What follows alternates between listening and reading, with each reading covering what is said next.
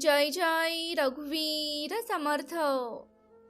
समर्थ म्हणतात, दुःख आलं तरी मन ढळू देऊ नकोस आणि सुख आलं तरी त्याला चिकटून राहू नकोस. मित्रांनो, आपण नात्यांमध्ये नेमकं उलट करत असतो. कोणी चांगलं बोललं तर त्याच्यावर जीव टाकतो आणि कोणी वाईट बोललं तर मनावर खोल जखम करून घेतो. पण समर्थ म्हणतात, तू कोणाच्या वागण्याचा गुलाम नाहीस. नाती रडवतात कारण अपेक्षा असतात. आपण म्हणतो ना की मी त्याच्यासाठी एवढं केलं, पण समर्थ म्हणतात, तुझा अधिकार फक्त कर्मावर आहे, त्याच्या फळावर नाही. म्हणजेच काय, तर तू प्रेम दे, पण परत प्रेम मिळवायलाच हवं अशी आठ ठेवू नकोस. तू मदत कर, पण उपकाराची पावती मागू नकोस. कारण अपेक्षा पूर्ण नाही झाल्या की त्याच अपेक्षा आपल्याला रडवत असतात. आपली माणसं बदलली असं वाटतं तेव्हा खूप लोक म्हणतात, आधी असं नव्हतं, आधी खूप प्रेम होतं. पण समर्थ म्हणतात, सगळं बदलणं हा निसर्गाचा नियम आहे. परिवर्तन ही संसाराची रीत आहे. माणसं बदलतात, नाती बदलतात आणि काळ सुद्धा बदलतो. फक्त एक गोष्ट बदलत नाही की तू स्वतःला कसा सांभाळतोस. आणि हीच गोष्ट तुला लक्षात घ्यायची आहे. जिथे मान नाही तिथे थांबू नकोस. समर्थ म्हणतात, जर तुझा अपमान होतोय, तुला कमी लेखलं जातंय, तुझ्या भावना पायदळी तुडवल्या जात आहेत, तर समर्थ म्हणतात, स्वतःचा धर्म म्हणजेच स्वतःचा आत्मसन्मान. जिथे आत्मसन्मान नाही तिथे कितीही चांगलं नातं असलं तरी तिथे मन मरत जातं. माझ्याशिवाय त्याचं काही अडणार नाही हे सत्य स्वीकारा. हे ऐकायला कठीण आहे पण सत्य आहे. कोणीही कोणाशिवाय थांबत नाही. तू नशील तरी संसार चालत असतो. म्हणूनच स्वतःला झिजवून कोणाला धरून ठेवू नकोस. जेव्हा रडू येतं तेव्हा हे शब्द आठवा. समर्थ म्हणतात, शोक करू नकोस. तू कमकुवत नाहीस, तू फक्त संवेदनशील आहेस. आणि संवेदनशील माणूसच खरं दुःख सहन करतो. आणि शेवटचा विचार, जर आज नात्यांनी तुला रडवलं असेल तर प्रेम मागणारा नाही. जेव्हा आपलीच माणसं दूर जातात, कधी कधी असं होतं ना, आपण कुणासाठी तरी खूप काही सहन केलेलं असतं. अपमान, दुखवणारे शब्द, ते सगळं दुर्लक्ष करून पण तरीही आपलं मन म्हणतं की माणूस आपलाच आहे. आणि एक दिवस तोच माणूस शांतपणे दूर निघून जातं. ना भांडण, ना कारण, ना उत्तर, फक्त एक रिकामी जागा. ते का गेले हा प्रश्न आपल्याला सतावत राहतो. तर मित्रांनो, हा प्रश्न प्रत्येक संवेदनशील माणसाला पडतो. मी कमी पडलो का? मी चूक केली का? मी जास्त प्रेम केलं का? तर याच ठिकाणी समर्थांचे विचार आपल्याला थांबवतात. समर्थ म्हणतात, तू वेगळा आहेस, समोरचा वेगळा आहे. प्रत्येकाचा प्रवास वेगळा असतो. काही नाती आयुष्यभरासाठी नसतात. हे ऐकायला कठीण आहे पण सत्य आहे. मित्रांनो, काही माणसं आपल्या आयुष्यात येतात आपल्याला शिकवायला, आपल्याला मजबूत करायला, आपल्याला स्वतःशी ओळख करून द्यायला, आणि मग त्यांची भूमिका संपते. समर्थ म्हणतात, काळ सगळं बदलतो आणि नाती सुद्धा बदलतो. आपण धरून ठेवतो म्हणूनच आपल्याला दुःख होतं. आपण काय करतो, नातं निष्ठत असताना ते घट्ट धरून ठेवतो. नको जाऊ, असं करू नकोस, माझ्याशिवाय राहू शकशील का? पण समर्थ म्हणतात, ज्याला स्वतःवर नियंत्रण नाही तोच जास्त दुःखी होतो. मित्रांनो, ज्याला जायचं आहे त्याला थांबवण्याचा प्रयत्न आपल्यालाच थकवत असतो. खूप जण म्हणतात, एकटं राहायला नको, म्हणूनच मी सगळं काही सहन करतो. पण समर्थ म्हणतात, स्वतःला स्वतःने वर उचला. अपमान सहन करून एकटेपणा टाळणं हा सौदा फार महाग पडतो. एकटेपणा कधी कधी जखमा भरून काढतो, पण चुकीचं नातं दररोज जखमा उघडत राहतं. मी इतकं प्रेम केलं, पण याचं उत्तर तर समर्थांनीच दिलेलं आहे. तू प्रेम केलंस हे तुझं सामर्थ्य आहे. समोरच्याने ते जपलं नाही तर ही त्याची मर्यादा आहे. समर्थ म्हणतात, शक्ती म्हणजेच मन स्वच्छ ठेवणं, द्वेष न ठेवणं, राग, द्वेष, सूड यांच्यापासून नेहमी दूर राहणं. समर्थ काय सांगतात, तर जेव्हा नातं तुटतं तेव्हा राग येतो. याला धडा शिकवायलाच हवा असं आपल्याला नेहमी वाटतं, पण समर्थ आपल्याला नेहमी सावध करतात. रागातून बुद्धी हरवते आणि बुद्धी गेली की आपलंच नुकसान होतं. म्हणूनच समर्थ म्हणतात की माफ कर पण विसरू नकोस. आता वेळ आहे स्वतःशी मैत्री करण्याची. नातं गेलं म्हणजे आयुष्य संपलं नाही. आता वेळ आहे स्वतःशी बोलण्याची, स्वतःला समजून घेण्याची. समर्थ म्हणतात, तूच तुझा सगळ्यात मोठा मित्र आहेस. एकटं बस, मन शांत कर, स्वतःवर विश्वास ठेव आणि स्वतःला विचार की मी नेमका कोणासाठी जगतोय. जे सोडलं ते हलकं करतं. नातं सोडणं म्हणजेच हार मानणं नाही, कधी कधी ते स्वतःला वाचवणं असतं. समर्थ म्हणतात, त्यागानंतर शांती येते. जर आज कोणी दूर गेलं असेल तर समर्थ तुलाच म्हणतात, जे तुझं आहे ते तुझ्यापर्यंत येईलच आणि जे तुझं नाही ते तू धरून जरी ठेवलंस तरी ते निसटून जाईल. जेव्हा मन खचतं आणि हे जग निरर्थक वाटायला लागतं, कधी कधी उठावंसं वाटत नाही, कुणाशी बोलावंसं वाटत नाही, हसायचंही ओझं वाटतं. आपण म्हणतो सगळं असूनही मन रिकामं का आहे. नैराश्य म्हणजे अपयश नाही. आज आपण नैराश्याला घाबरतो, पण समर्थ म्हणतात, हे मनाचं थकणं आहे. जसं शरीर थकलं की आपण झोप घेतो, तसंच मन थकलं की त्याला समजून घ्यायला लागतं. मित्रांनो, स्वतःला स्वतःने वर उचला. माझ्यासोबत असं का, हा प्रश्न रोज अनेकांच्या मनात येतो. पण समर्थ म्हणतात, सुखदुःख दोन्ही येणारच, फरक फक्त एवढाच की तू त्यांना कसं सामोरे जातोस. समर्थ म्हणतात, वर्तमानात राहा, भविष्याचा भार सोडा, मन स्थिर ठेवून आजचं काम करा, स्वतःला दोष देणं थांबवा. नातं तुटलं म्हणजेच तू चुकीचा नाहीस. प्रत्येक गोष्ट आपल्या हातात नसते. समर्थ म्हणतात, तू फक्त माध्यम आहेस. मित्रांनो, अश्रूंनाही मान द्या. रडणं म्हणजेच कमकुवतपणा नाही, रडणं म्हणजेच मनाचं शुद्धीकरण. समर्थ म्हणतात, अश्रूंची निंदा करत नाहीत, तर समर्थ म्हणतात, मन स्वच्छ करणं हेच खरं धैर्य आहे. एकटेपणाचं रूपांतर आपल्या शक्तीत करा. एकटेपणा शिक्षक बनू शकतो. या काळात वाचा, लिहा, स्वतःशी बोला आणि देवाशी बोला. ध्यानातून मन नेहमी सावरत जातं. आनंद परत येतो का? तर हो, आनंद परत नक्कीच येतो, पण तो बाहेरून नाही तर आतून येतो. समर्थ म्हणतात, जो स्वतः समाधानी आहे तोच खरा आनंदी आहे. मित्रांनो, आज जर मन अंधारात असेल तर लक्षात ठेवा, अंधारातच पहिली ड्युटी लागते आणि समर्थ ती आपली ड्युटी आहेत. माफी, विरक्ती आणि मनाची खरी शांती. कधी कधी आपण म्हणतो, मी माफ केलं आहे, पण मन अजून दुखतंय, आणि तेच खरं आहे, कारण माफी फक्त शब्दांनी होत नाही, ती आतून भावावी लागते. माफी म्हणजेच दुर्बलता नाही. बऱ्याच लोकांना वाटतं की माफी म्हणजे मी स्वतः हरलो, पण समर्थ म्हणतात, जो कुणाचाही द्वेष करत नाही तोच खरा बलवान असतो. द्वेष धरून ठेवणं आपल्याला जड जातं. समोरचा कधीच त्या ओझ्याखाली नसतो. त्यांनी मला खूप त्रास दिला, मग माफ कसं करायचं?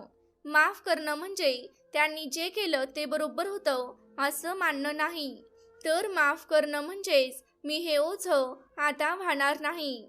समर्थ म्हणतात, त्यागामध्ये शांती आहे. रागानंतर, मन सोडल्यानंतर आपल्याला शांती मिळते. मनात चालणारा संवाद आता थांबवायला हवा. रात्री झोपताना मन पुन्हा तेच प्रसंग दाखवत असतं, तो संवाद थांबत नाही. तर समर्थ म्हणतात, सरावानेच मनावर नियंत्रण मिळतं. जेव्हा तो विचार येईल तेव्हा हळूच म्हणा की आत्ता नाही. विरक्ती म्हणजेच उदासीनता नाही. विरक्ती म्हणजेच भावनाहीन होणं नाही. विरक्ती म्हणजेच भावनांनी चालवून न घेणं. समर्थ म्हणतात, वैराग्य म्हणजेच मन मोकळं करणं. जिथे मन दुखतं तिथे आत्मा बोलतो. दुखणं आलं की आतला आवाज जागा होतो. हा आवाज दुर्लक्ष करू नका. समर्थ म्हणतात, ज्याच्याकडे श्रद्धा आहे तोच आतून शिकतो. देवाकडे तक्रार नाही तर देवाकडे संवाद करा. कधी कधी आपण देवाला म्हणतो, हे देवा, हे माझ्यासोबतच का? पण समर्थ म्हणतात, देवाशी बोला, देवाला तक्रार नाही तर प्रेमाने संवाद करा. देव म्हणतो, माझ्याकडे ये आणि शांत हो. शांत माणूस दुर्बल नसतो. शांत माणूस सगळं काही सहन करतो असं नाही. तो फक्त निवड करतो कशाला मनात जागा द्यायची. समर्थ म्हणतात, शांती हे सर्वात मोठं बळ आहे. आज जर तू कुणाला मनातून माफ केलंस तर समज तू स्वतःला मुक्त केलंस. कारण माफी ही समोरच्यासाठी नसते, तर ती आपल्यासाठी असते. मित्रांनो, स्वतःवर प्रेम करा, कारण शेवटी तुमच्यासोबत तुम्हीच असणार आहात. आपण सगळे एखाद्या टप्प्यावर हे विसरून जातो की आपणही प्रेमाचे पात्र आहोत. आपण सगळ्यांसाठी करतो, पण स्वतःसाठी काहीच ठेवत नाही. स्वतःवर प्रेम म्हणजे अहंकार नाही. खूप लोक म्हणतात, स्वतःवर प्रेम केलं तर आपण स्वार्थी होऊ. पण समर्थ म्हणतात, जसा तू स्वतःला जपतोस तसंच इतरांनाही जप. म्हणजेच स्वतःला विसरून नाही. मी कुणासाठी तरी पुरेसा नव्हतो ही भावना मनाला आतून पोखरते. पण सत्य असं आहे की तू अपुरा नव्हतास, फक्त समोरच्याच्या अपेक्षा ह्या अतृप्त होत्या. समर्थ म्हणतात, प्रत्येकाचा स्वभाव वेगळा असतो, त्यामुळेच स्वतःची किंमत ओळखा. तुम्ही कुणाला किती खुश ठेवू शकता यावरूनच तुमची किंमत ठरत नाही. तर हे स्पष्ट आहे, तुम्ही कुणाला किती खुश ठेवू शकता यावर तुमची किंमत ठरत नाही. तर स्वतःला कमी लेखू नका, स्वतःशी सौम्य राहा. आपण इतरांना जितकी माफी देतो तितकी स्वतःला देत नाही. चूक झाली असेल तर स्वतःला सांगा की मी माणूस आहे.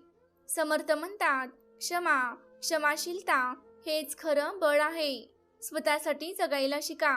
आता वेळ आहे, आवडी जपा, शरीराची काळजी घ्या, मनाला वेळ द्या आणि शांततेला निवडा. समर्थ म्हणतात, समतोल जीवन मन मजबूत करतं.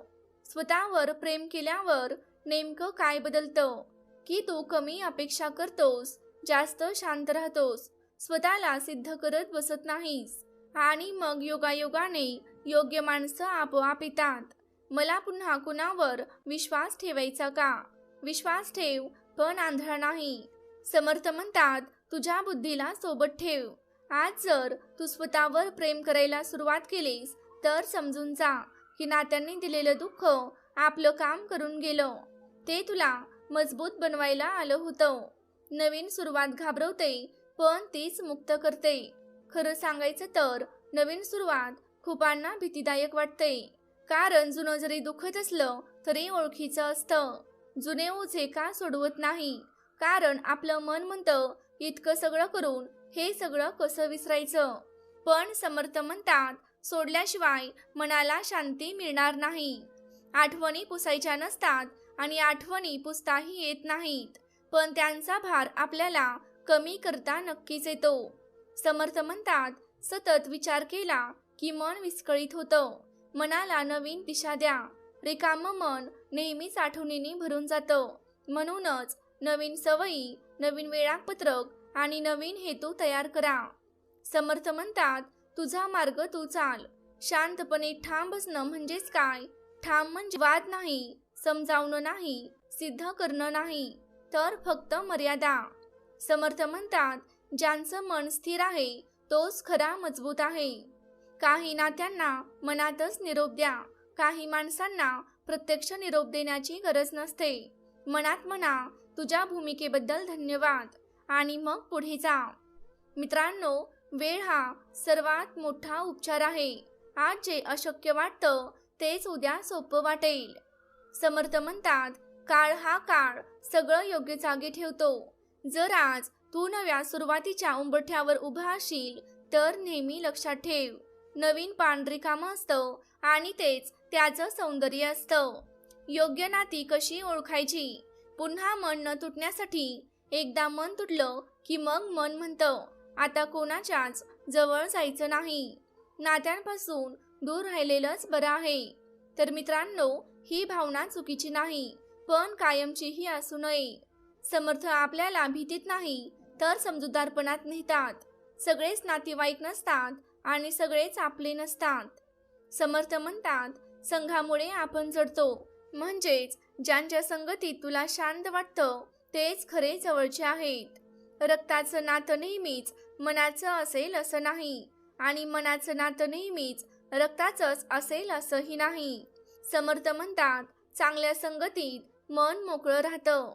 जी नाती कायम गोंधळात टाकतात ती जपायची नसतात.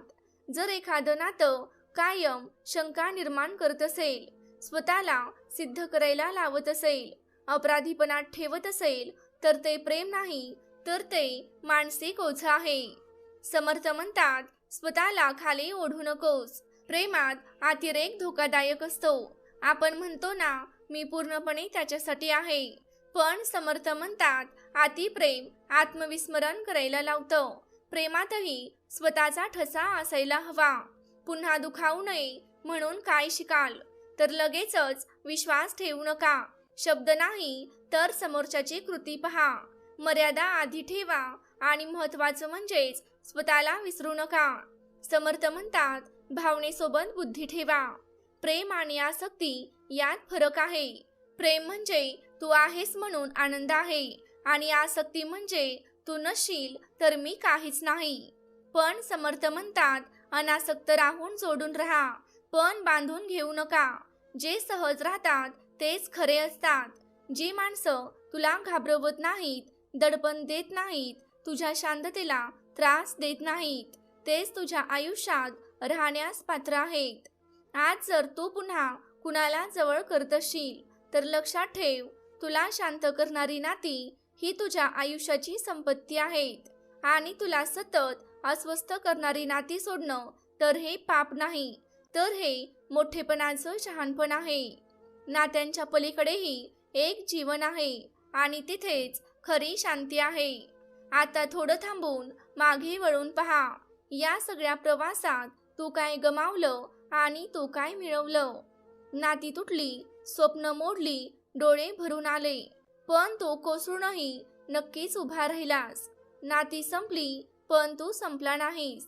आपण अनेकदा नात्यांनाच आयुष्य समजून बसतो, पण समर्थ इथे एक फार मोठं सत्य आपल्याला सांगतात. मी बदललो असं लोक म्हणतील, हो म्हणतीलच, पण लक्षात ठेव, जेव्हा तुम्ही इतरांसाठी स्वतःला संपवत होतात तेव्हा कुणीच म्हणालं नाही की तुम्ही खूप देताय. म्हणून आज जर तुम्ही स्वतःसाठी थोडं जगायला लागलात तर ते काही चुकीचं नाही. नात्यांमध्ये अंतर न आणता मर्यादा कशा ठरवायच्या? एकटेपणाशी मैत्री करा आणि मानसिक स्वातंत्र्य घ्या. पण एक प्रश्न नक्कीच उरतो की स्वतःसाठी उभं राहताना आपली नाती दुखावली तर जाणार नाहीत ना? आपली सगळ्यात मोठी भीती नक्की हीच असते, आपण बदललो तर लोक दुरावतील. पण खरं सांगायचं तर जिथे मर्यादा नाहीत तिथे प्रेम टिकत नाही. मर्यादा म्हणजे भिंत नाही, मर्यादा म्हणजेच नात्यांमधील स्पष्टता, अपेक्षांची मर्यादा, स्वतःच्या क्षमतेची ओळख. मर्यादा म्हणजे कोणाला दूर ढकलणं नाही, तर स्वतःला जपणं आहे. आपण आयुष्यभर सगळ्यांसाठी उघडे दरवाजे ठेवले. कोणीही कधीही येतं, काम देतं, अपेक्षा ठेवतं आणि आपण थकलो तरी नकार देत नाही. नाही म्हणण्याची नम्र पद्धत असते. नाही म्हणणं म्हणजेच भांडण करणं नाही. उदाहरणार्थ, मला जमणार नाही, आज मी खूप थकलो आहे, आज मला थोडी विश्रांती हवी आहे, आपण उद्या करूया. मी आता हे करू शकत नाही कारण माझी तब्येत साथ देत नाही. स्वर बदलला, शब्द मऊ झाले, पण निर्णय ठाम राहायला पाहिजे. मित्रांनो, मुलांशी सुनेसोबत मर्यादा ठेवा. मुलं मोठी झाली आहेत, पण आपल्याला अजूनही वाटतं की आपण सगळं सहन केलं पाहिजे. पण लक्षात ठेवा, आदर मागावा लागतो, तो आदर आपोआप मिळत नाही. शांतपणे बोला, हे कोण, मला वाईट वाटतं, मला अशा शब्दांनी दुखतं. ओरडून नाही, रडून नाही, स्वतःचा मान राखून बोला. आजी आजोबा म्हणून तुम्ही तुमची भूमिका ओळखा. नातवंडांना प्रेमाने वाढवा, पण त्यांचं पूर्ण ओझं उचलू नका. आजारी असूनही त्यांना सांभाळणं हे प्रेम नाही, तर तो स्वतःवर अन्याय आहे. तुम्ही थकलात तर ते हसणार नाहीत. आपण अनेकदा अपेक्षा करतो की मुलांनी समजून घ्यावं, कोणीतरी आपल्याला ओळखावं, पण समोरचा माणूस तुमच्या मनात डोकावू शकत नाही. म्हणून अपेक्षा कमी ठेवा आणि संवाद वाढवा. मर्यादा ठरवल्यावर काय बदल होतो? सुरुवातीला थोडं अडखळणं, थोडी नाराजी, थोडी कुजबुजी, पण नंतर आदर वाढतो, ओझं कमी होतं आणि मन हलकं होतं. लक्षात ठेवा, जे नातं फक्त तुमच्या सहनशक्तीवर उभं आहे, ते नातं तुमच्या मर्यादांवर कधीच टिकणार नाही. मित्रांनो, आयुष्य हलकं करण्याची सुरुवात आजपासूनच करा. आजपासून सगळ्या जबाबदाऱ्या उचलू नका. प्रत्येक प्रश्नाचे उत्तर देऊ नका. प्रत्येक गोष्टीत पडू नका. थोडं मागे व्हा. आयुष्य आपोआप हलकं होईल. स्वतःचा आनंद शोधण्याचे सोपे मार्ग आहेत. आतापर्यंत आपण एक गोष्ट समजून घेतली. स्वतःसाठी जगणं म्हणजेच कोणाला सोडणं नाही, तर स्वतःकडेच स्वतः परत येणं आहे. पण आता प्रश्न असा आहे की आनंद नेमका कुठे सापडतो? मोठ्या गोष्टीत, मोठ्या इच्छांमध्ये का मोठ्या स्वप्नांमध्ये? शोक, संयम म्हणजेच दुःख नाकारणं नाही, तर दुःखाला दिशा देणं. हे माझ्याच आयुष्यात का, या प्रश्नातून बाहेर पडा. मित्रांनो, हा प्रश्न सगळ्यांच्या मनात येतो, पण हा प्रश्न मनाला आणखीन खोल अडकवतो. समर्थ म्हणतात, दुःख सुख हे कोणाला चुकत नाही. फरक इतकाच, कोणी त्यात बुडतो आणि कोणी त्यातून शिकून बाहेर पडतो. स्वतःला आवरण्याचा दुसरा नियम लक्षात घ्या. प्रश्न बदला. हे माझ्याच आयुष्यात का, ह्या प्रश्नाऐवजी या अनुभवातून मला काय शिकायचं आहे? नात्यांनी दिलेलं दुःख कसं पचवायचं? सगळ्यात खोल जखम नात्यांमधूनच मिळते, कारण आपण अपेक्षा ठेवतो आणि अपेक्षा तुटल्या की मन कोसळतं. समर्थ म्हणतात, तुझं काम प्रेम करणं, समोरच्यांचं काम ते जपणं, दोन्ही एकच नसतात.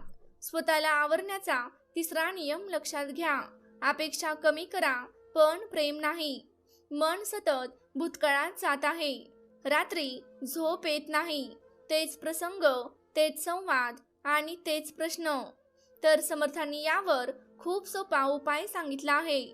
मन पळेल त्याला पुन्हा आणा, पुन्हा पळेल त्याला पुन्हा आणा, हेच साधन आहे.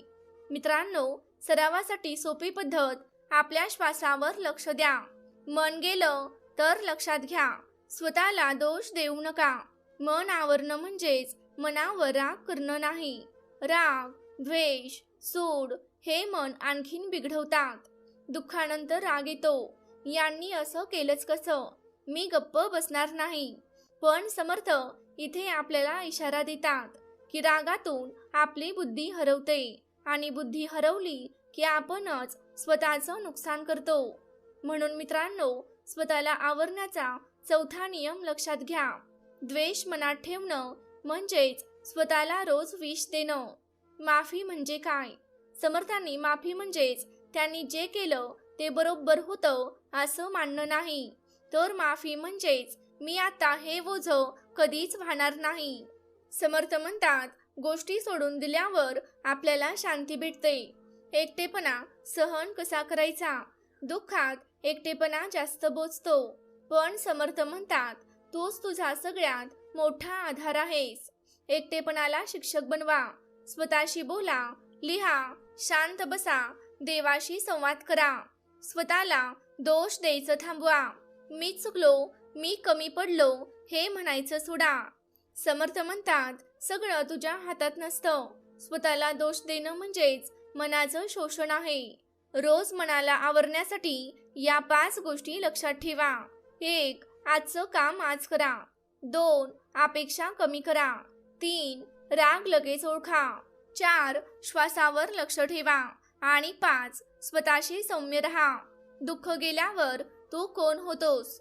दुःखानंतर माणूस कमी बोलतो आणि जास्त ऐकतो, कमी चिटकतो आणि जास्त शांत राहतो.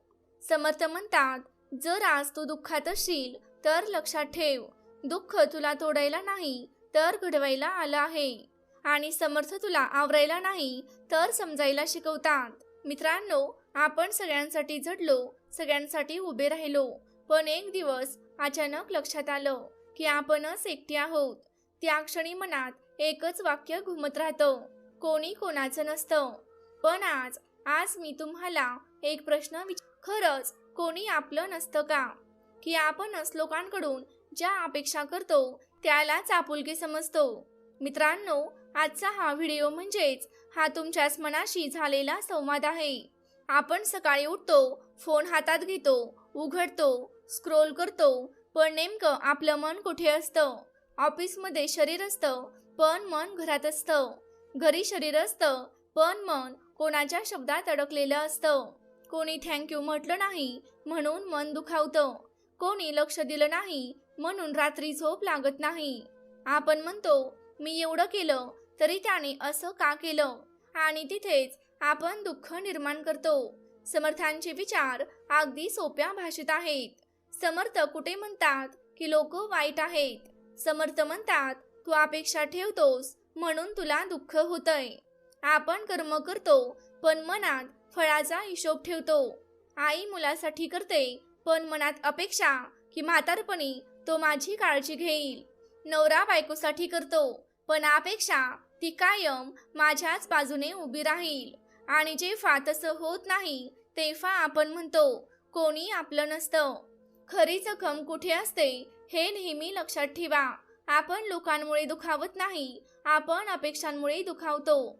समोरचा बदलतो नाही, पण आपण त्याच्याकडून जे अपेक्षित ठेवतो ते पूर्ण होत नाही. आणि मग मन ओरडतं, मी काय कमी केलं होतं? ऑफिसमधील उदाहरण घ्या. ऑफिसमध्ये एक कर्मचारी असतो. तो वेळेवर येतो, काम मन लावून करतो, कोणाला मदत लागली की लगेच उभा असतो. पण प्रमोशन दुसऱ्यालाच मिळतं. त्या रात्री तो म्हणतो, इतकी वर्ष दिली पण शेवटी कोणी आपलं नसतं. पण सत्य काय आहे? कंपनी तुमची आई नव्हती, ती एक व्यवस्था होती. अपेक्षा आपण ठेवली, दुःख आपणच ओढावून घेतलं. आज स्वतःला विचारा, मी जे करतो ते प्रेमातून करतो का, की त्याच्या बदल्यात काहीतरी मिळेल म्हणून करतो? या आशेने लक्षात ठेवा, जेव्हा तुम्ही अपेक्षा सोडता तेव्हा लोक वाईट वाटेनासे होतात. लक्षात ठेवा, जेव्हा तुम्ही अपेक्षा सोडता तेव्हा लोक वाईट वाटेनासे होतात. आज आपण त्या वाक्याच्या पुढचं सत्य पाहणार आहोत. कारण समर्थांनी आपल्याला नेहमी सांगितलेलं आहे, कर्म कर पण फळाची आसक्ती सोडून कर. आता इथेच बहुतेक लोक अडखळतात. ते म्हणतात, मग मी कशासाठी काम करायचं? फळ नको असेल तर प्रयत्नच का करू? पण थांबा, समर्थांनी आपल्याला फळ सोडायला सांगितले, पण काम अजिबात सोडायला सांगितलेलं नाही. गैरसमज तोडूया. फळ सोडणं म्हणजे काय? नाही, फळ सोडणं म्हणजेच निष्क्रिय होणं नाही, आळशी होणं नाही, अन्याय सहन करणं नाही, स्वतःची किंमत कमी करणं नाही. तर फळ सोडणं म्हणजेच परिणामावरून स्वतःची किंमत ठरवू नये. लोकांच्या प्रतिक्रियांवर आपलं मन अवलंबून ठेवू नये. मित्रांनो, ऑफिसचंच जिवंत उदाहरण बघूया. तुम्ही एका प्रोजेक्टवर जीव ओतून काम करता, रात्री उशिरापर्यंत जागता, घरच्यांना वेळ देत नाही. मनात एकच अपेक्षा, बॉस मला ओळखेल. पण प्रेझेंटेशनच्या दिवशी नाव कोणाचं तरी दुसरंच घेतलं जातं. त्या क्षणी मन म्हणतं की मी मूर्ख होतो. पण समर्थ म्हणतात, तू काम चांगलं केलंस का? हो. तू प्रामाणिक होतास का? हो. मग तुझं कर्म पूर्ण झालं. आता त्याचं फळ ते तुझ्या हातात नाही. मनाला भिडणारी ओळ म्हणजेच, काम हे तुझं कर्तव्य आहे, पण लोकांची दाद हा बोनस आहे. मित्रांनो, नात्यांमधील सर्वात मोठा सापळा म्हणजेच आई म्हणते, मी तुला एवढं वाढवलं. बायको म्हणते, मी तुझ्यासाठी सगळं सोडलं. नवरा म्हणतो, मी तुझ्यासाठीच कमावतो. सगळीकडे एक अदृश्य हिशोब चालू असतो, मी दिलं, मला मिळालंच पाहिजे. पण समर्थ म्हणतात, प्रेमामध्ये हिशोब असेल तर ते प्रेम राहत नाही, तर तो व्यवहार होतो. मन म्हणतं, शत्रू की मित्र? मन कायम म्हणत असतं, मला हे मिळालंच पाहिजे, माझ्याबरोबरच असं का होतं आणि मीच का? आणि मग मनच आपल्याला थकवतं. पण समर्थ म्हणतात, मनावर विजय मिळवणारा माणूस स्वतःचा मित्र होतो. मनाच्या ताब्यात राहणारा माणूस स्वतःचाच शत्रू बनतो. मित्रांनो, दैनंदिन जीवनातलं छोटंसं उदाहरण बघा. रस्त्यावर गाडी चालवताना आपण नियम पाळतो, पण समोरचा पाळत नाही. मन लगेच चिडतं. पण थांबा, तुम्ही नियम पाळले ते तुमचं कर्म होतं, समोरचा नियम तोडला ते त्यांचं कर्म. कर्म तुमचं, मन बिघडणं हा कुठलाच नियम नाही. फळ सोडल्यावर काय होतं? कामात आनंद येतो, मन हलकं राहतं. लोक बदलले नाही तरी तुम्ही स्थिर राहता. अपमान कमी दुखावतो, कौतुक मनावर चढत नाही. लक्षात ठेवा, जो माणूस परिणामावर जगतो तो कायम अस्वस्थ असतो आणि जो माणूस नेहमी कर्तव्यावर जगतो तो हळूहळू मुक्त होतो. एक श्वास घ्या, मनातलं ओझं सोडा आणि स्वतःला सांगा, मी माझं कर्म करतो, बाकी जे होईल ते मी स्वीकारतो. तुम्ही कधी लक्ष दिलं आहे का? बाहेर काहीही घडत नसताना देखील मनात वादळ चालू असतं. कुणी काही बोललेलं नसतं पण मन दुखावलेलं असतं. कुणी काही केलेलं नसतं पण मन रागात असतं. आणि मग आपण म्हणतो, माझं नशीबच खराब आहे. पण आज आपण प्रामाणिकपणाने एक प्रश्न विचारणार आहोत. खरंच नशीब जबाबदार आहे की माझंच मन? समर्थ म्हणतात, मनावर ज्याने विजय मिळवला त्याचं मन मित्र होतं, पण मनाच्या ताब्यात जो राहिला त्याचं मनच शत्रू बनतं. मित्रांनो, हे वाक्य ऐकायला सोपं आहे पण जगायला खूप कठीण आहे. मन शत्रू कसं बनतं? तर आपलं मन कधीच मोठी पापं करायला लावत नाही. ते अगदी छोट्या गोष्टींनी त्रास द्यायला सुरुवात करतं. तो तुझ्यापेक्षा पुढे गेला, तुला कोणी विचारलं नाही, तुझं आयुष्य असंच राहणार, हे शब्द कुणी बाहेरून बोलत नाही. हे सगळं तुमचं मन तुमच्याशीच बोलत असतं. दैनंदिन उदाहरण म्हणजेच मोबाईल आणि मन. रात्री झोपायच्या आधी आपण फोन हातात घेतो, एक फोटो पाहतो, कोणी फिरायला गेलेलं, कोणी यश मिळवलेलं, तर कोणी आनंदात. आणि अचानक मन म्हणतं, माझ्या आयुष्यात असं का नाही, मीच मागे का? त्या फोटोमध्ये काही चुकीचं नसतं, पण मन तुलना करतं आणि तुलना वेदना निर्माण करते. तुलना म्हणजेच स्वतःच्या मनावर केलेला अन्याय आहे.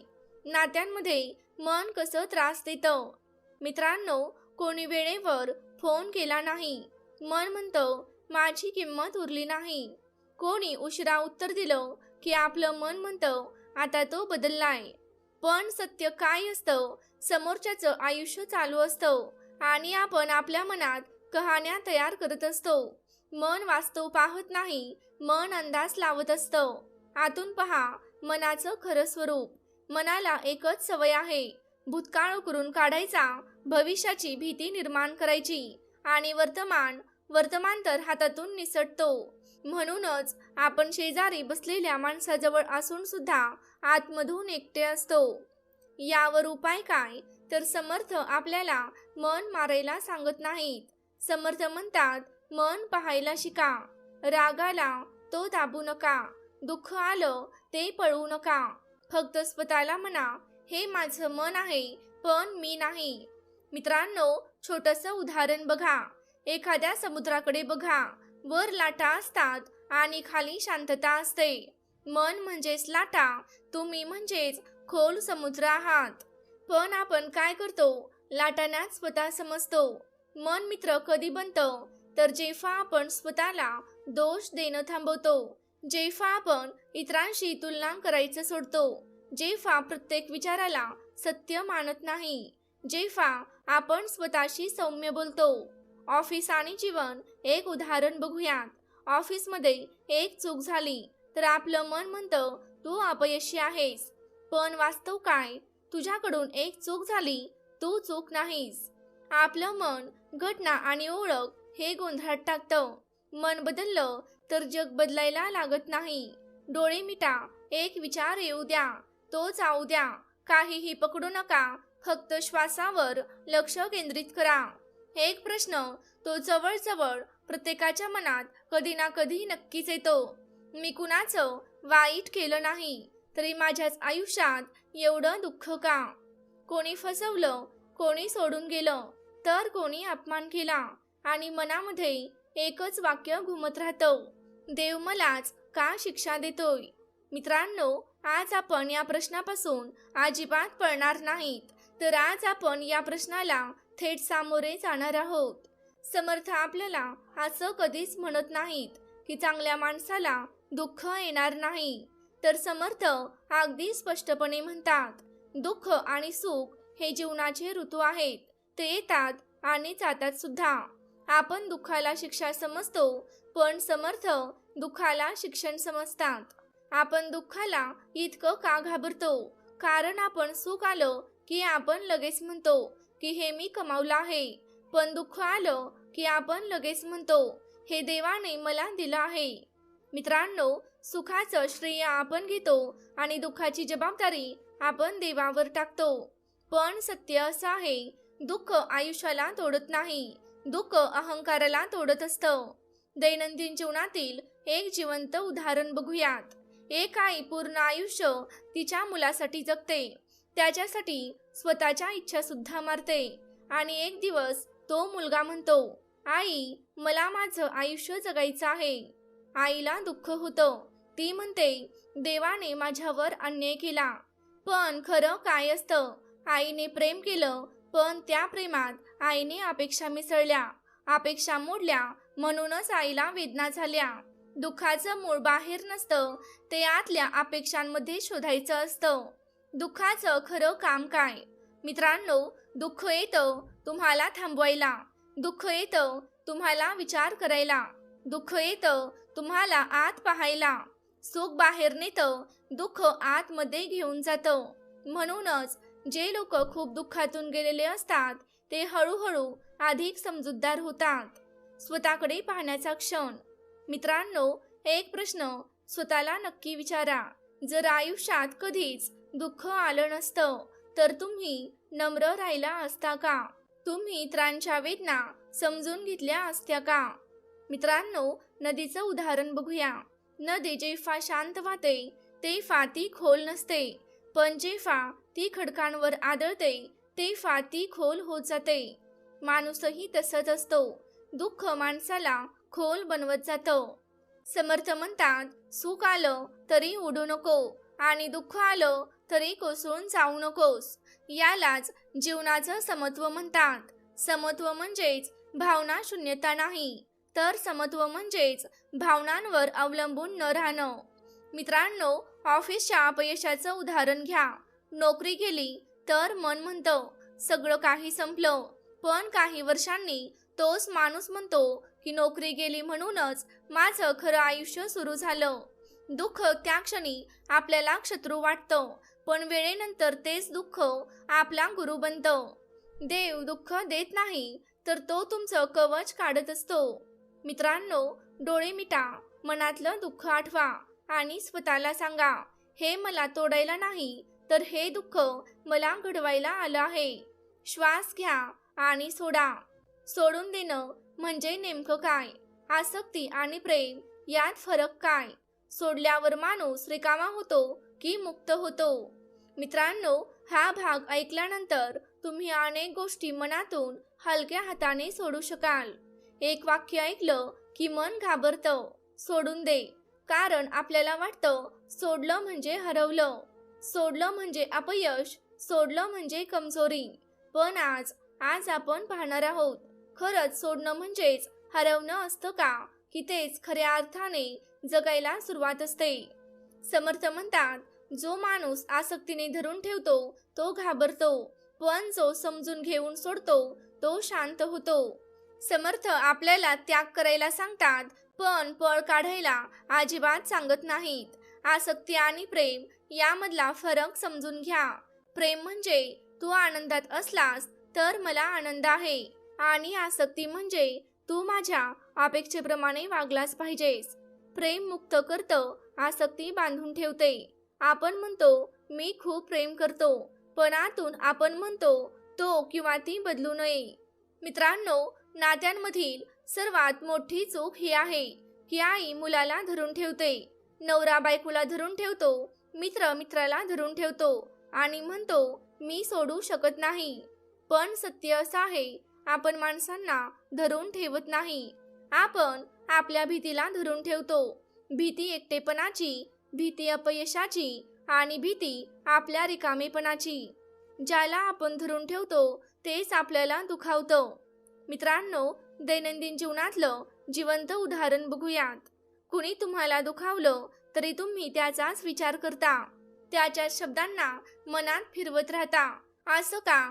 कारण तुम्ही माणसाला नाही, त्या आठवणीला धरून ठेवलेलं असतं आणि आठवण सोडायला आपल्याला भीती वाटते.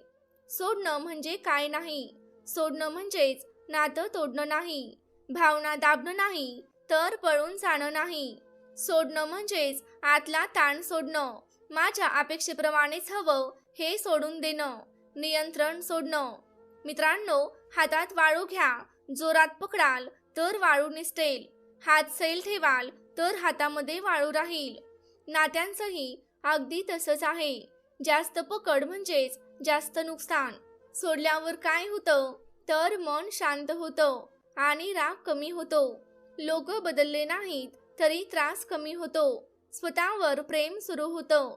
सोडल्यावर माणूस रिकामा होत नाही, तर तो माणूस आतमधून हलका होतो. स्वतःशी जगलेले प्रामाणिक क्षण तुम्ही स्वतःला विचारा, मी खरंच त्या माणसावर प्रेम करतो की त्या माणसाकडून मला जे हवं आहे त्या गोष्टींवर प्रेम करतो. उत्तर कदाचित दुखावेल, पण तेच उत्तर तुम्हाला मुक्त करेल. सोडणं ही हार नाही, तर सोडून देणं ही खरी समज आहे. डोळे मिटा, ज्या गोष्टीला धरून ठेवला आहे त्या गोष्टीचा विचार करा आणि मनात हळूच सांगा, मी तुला मुक्त करतो आणि स्वतःलाही. श्वास घ्या आणि सोडून द्या. मित्रांनो, आपण एक अंतिम सत्य पाहणार आहोत. खरंच कोणीच आपलं नसतं का? आत्मा म्हणजे काय आणि एकटेपणातही आपण पूर्ण कसं व्हायचं? हा भाग ऐकल्यावर तुम्हाला एकटं वाटणार नाही, कारण तुम्ही स्वतःशी जोडले जाल. आता कुठे जायचं नाही, काही सिद्ध करायचं नाही आणि कोणाला जिंकायचं नाही. फक्त थोडा वेळ स्वतःकडे परत यायचं आहे, कारण आपण सगळीकडे गेलो पण स्वतःकडेच आलो नाही. आणि शेवटचा प्रश्न आणि खरा प्रश्न, आपण सगळे आयुष्यभर म्हणतच आलो आहोत की कोणी आपलं नसतं. पण आज मी तुम्हाला विचारते की तुम्ही स्वतःचे तरी आहात का? स्वतःसाठी तुमच्याकडे वेळ आहे का? तुम्ही स्वतःशी प्रामाणिकपणाने आहात का? स्वतःच्या मनाची ऐकण्याची तुमची हिंमत आहे का?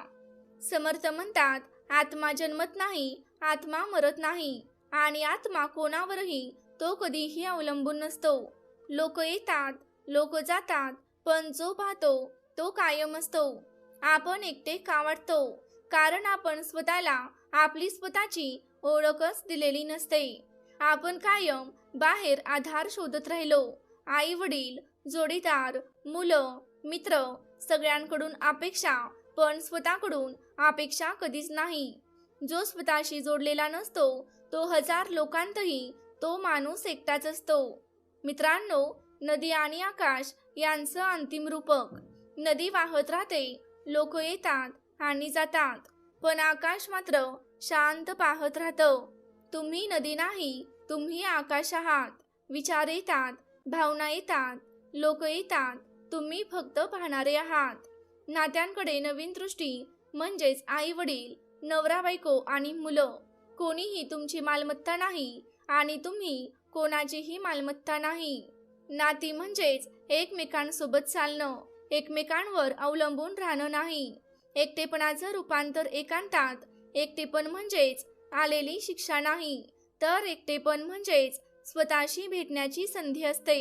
जो माणूस स्वतःसोबत बसू शकतो तो माणूस कधीच रिकामा राहत नाही. शेवटी कोणी आपलं नसतं आणि ते दुःख नाही, तर ती मुक्ती आहे. कारण जेव्हा अपेक्षा संपतात तेव्हा शांती सुरू होते.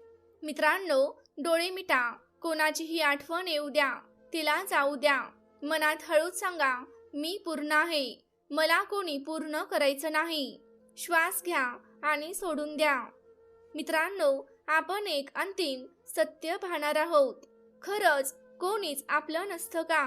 आत्मा म्हणजे काय आणि एकटेपणातही आपण पूर्ण कसं व्हायचं? हा भाग ऐकल्यावर तुम्हाला एकटं वाटणार नाही, कारण तुम्ही स्वतःशी जोडले जाल. आता कुठेही जायचं नाही, काही सिद्ध करायचं नाही आणि कोणाला जिंकायचं नाही. फक्त थोडा वेळ स्वतःकडे परत यायचं आहे, कारण आपण सगळीकडे गेलो पण स्वतःकडेच आलो नाही. आणि शेवटचा प्रश्न आणि खरा प्रश्न, आपण सगळे आयुष्यभर म्हणतच आलो आहोत की कोणी आपलं नसतं. पण आज मी तुम्हाला विचारते की तुम्ही स्वतःचे तरी आहात का? स्वतःसाठी तुमच्याकडे वेळ आहे का? तुम्ही स्वतःशी प्रामाणिकपणाने आहात का? स्वतःच्या मनाची ऐकण्याची तुमची हिंमत आहे का? समर्थ म्हणतात, आत्मा जन्मत नाही, आत्मा मरत नाही आणि आत्मा कोणावरही तो कधीही अवलंबून नसतो. लोक येतात, लोक जातात, पण जो पाहतो तो कायम असतो. आपण एकटे का वाटतो? कारण आपण स्वतःला आपली स्वतःची ओळखच दिलेली नसते. आपण कायम बाहेर आधार शोधत राहिलो. आई वडील, जोडीदार, मुलं, मित्र, सगळ्यांकडून अपेक्षा, पण स्वतःकडून अपेक्षा कधीच नाही. जो स्वतःशी जोडलेला नसतो तो हजार लोकांतही तो माणूस एकटाच असतो. मित्रांनो, नदी आणि आकाश यांचं अंतिम रूपक. नदी वाहत राहते, लोक येतात आणि जातात, पण आकाश मात्र शांत पाहत राहतं. तुम्ही नदी नाही, तुम्ही आकाश आहात. विचार येतात, भावना येतात, लोक येतात, तुम्ही फक्त पाहणारे आहात. नात्यांकडे नवीन दृष्टी म्हणजेच आई वडील, नवरा बायको आणि मुलं. कोणीही तुमची मालमत्ता नाही आणि तुम्ही कोणाचीही मालमत्ता नाही. नाती म्हणजेच एकमेकांसोबत चालणं, एकमेकांवर अवलंबून राहणं नाही. एकटेपणाचं रूपांतर एकांतात. एकटेपण म्हणजेच आलेली शिक्षा नाही, तर एकटेपण म्हणजेच स्वतःशी भेटण्याची संधी असते. जो माणूस स्वतःसोबत बसू शकतो तो माणूस कधीच रिकामा राहत नाही. शेवटी कोणी आपलं नसतं आणि ते दुःख नाही, तर ती मुक्ती आहे. कारण जेव्हा अपेक्षा संपतात तेव्हा शांती सुरू होते. मित्रांनो, डोळे मिटा, कोणाचीही आठवण येऊ द्या, तिला जाऊ द्या. मनात हळूच सांगा, मी पूर्ण आहे, मला कोणी पूर्ण करायचं नाही. श्वास घ्या आणि सोडून द्या. तुम्ही एकटे नाही, तर तुम्ही संपूर्ण आहात. स्वतःकडे परत जाण्याचा प्रवास इथूनच सुरू होतो. जर तुम्ही हा प्रवास संपूर्ण ऐकला असेल तर समजा की तुम्ही आधीच बदलायला सुरुवात केली आहे. शांत रहा, स्वतःसोबत रहा आणि पूर्ण रहा. जय जय रघुवीर समर्थ.